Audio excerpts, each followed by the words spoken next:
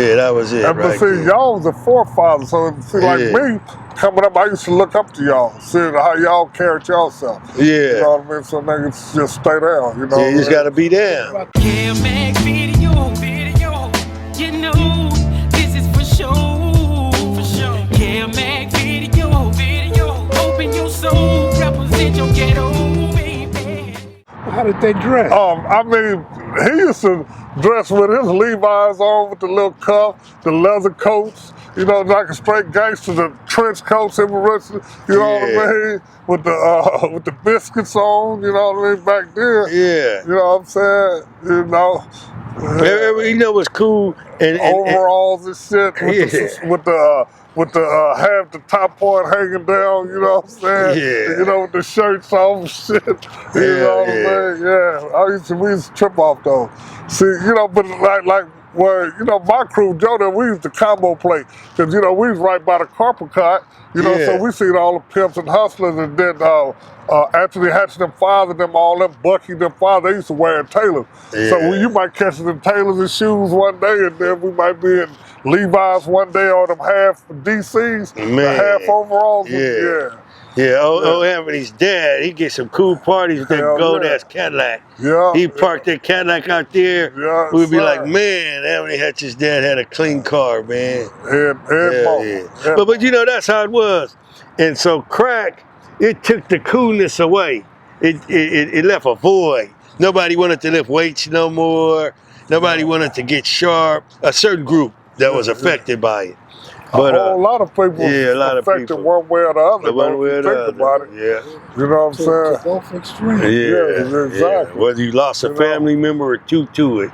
Yeah. Or someone you love. Look how many of them had to go to prison. But you know what? One of the biggest, it brought out a lot of selfishness too. Oh, real greed. If you find out who was your real folks or not. You know what I'm saying? Well, you know what I hate? I'm going to share this with Cutes, but this for you, Stone. I hate how when we used to get out of prison, I mean, you know, back then you might do what, 2.5, 3 years. Right. You come home and a homie hand you a couple ounces and a gun. And you going back to prison. You going back. Thought we was helping each other. But we donating to the cause for the prison. Exactly. Yeah, you going right back. But at the end of the day, what we gonna do? Cause like when I got out in '88, I was looking for that. I know, but we had the wrong mentality. No point. It's hard to get out of a rut when you're in a rut. You're absolutely right. You can't see it. Cause I know when I came home, the first couple of days before people found out I was out, I was like chilling with my little brother. Then it was like everybody started coming by the whole hood. Here you go, here. But they pimped me out though. They was $2,500. I went to Cologne. $5,000 in clothes, because, you know, niggas was used to balling. Mills and them, everybody doing good. You know, before Keita turned bad, he came through, Al Pal. Yeah. Big U came through with Big U with his slick ass. He's like, man, go talk to Al Pal. I ain't get a dime out of drones. He was like, go talk to Al Pal. You know what I'm saying? You know, but the home, it was just a different kind of feel back then. Yeah. And then they was giving you that choice, man, this is what we doing. When I came out, it was the out of town game. But the game had, them little 2 years I was gone, the game had elevated to a whole nother level. Because, you know, even though we was going out of town, but we wasn't going out of town like they was going out of town. You know what I'm saying? The work was cheaper. When I left, it was 40. Now it's 12, 5, got 10 keys, you know what I'm saying? And then you guys are crossing in a car or they know, okay, so the FBI, they know what to look for in a person's, you know, body language going through the airport. They know what to look for. But we don't know we carrying. We don't know we carrying this hidden message, this sign, this signal saying, hey, I'm a dealer. You know? And they know what to look for in the cars on the highway. It's like a certain way we fix our car up. Or if we in a car that's ours, it's a certain way they look. They say, oh man, that's a dealer. They don't know. Look, I can tell, you know, they give everything like a sign. On the way down here, we was driving on the other side of the freeway. They had all these highway patrols and undercovers had this car putting up, his hood was up. And you see K9. I said, they got somebody. They be knowing, man. People don't know they be leaking. They be like, giving the signal. The FBI got all of these profiles of this behavior, when they do this, when they do that. Even when you go through the airport, there's certain things that people do that they ain't aware of that says, I'm this kind of person. You know. Man, with technology today, man, it's hard. The brothers They got that's hustling, facial recognition. Yeah, the brothers that's hustling right now, I give them their crown, man. Because I ain't fucking with it. Man, that hustle is hard as a motherfucker with all the cameras and shit. This bitch. And phones and shit. This is how hard a prison bed is. My ass is hurting sitting on this bed. This is how I used to feel when I would sit on my prison bed. So I would get 2 or 3 mattresses. So when a son would come in my cell, they say, it ain't got no mattress. And I say, you better tell the guard it ain't got no mattress. Like that. And then he say, Bill, give him his mattress. I say, man, get it through the mattress, man. All right. You go bring it up. I got 3 mattresses now. Because when he goes, I've got 3. And for those 3 mattresses, man, it felt real good, man. But when you down to 1 mattress, man, you feeling every bone in your body, man. I'm too old for that now. Hey, but it's a trip, though. Yeah. Well, I be tripping off of it because when I first went to the pen, it was still old prisons. They got springs, all kind of bullshit. Oh, shit. And the metal plates.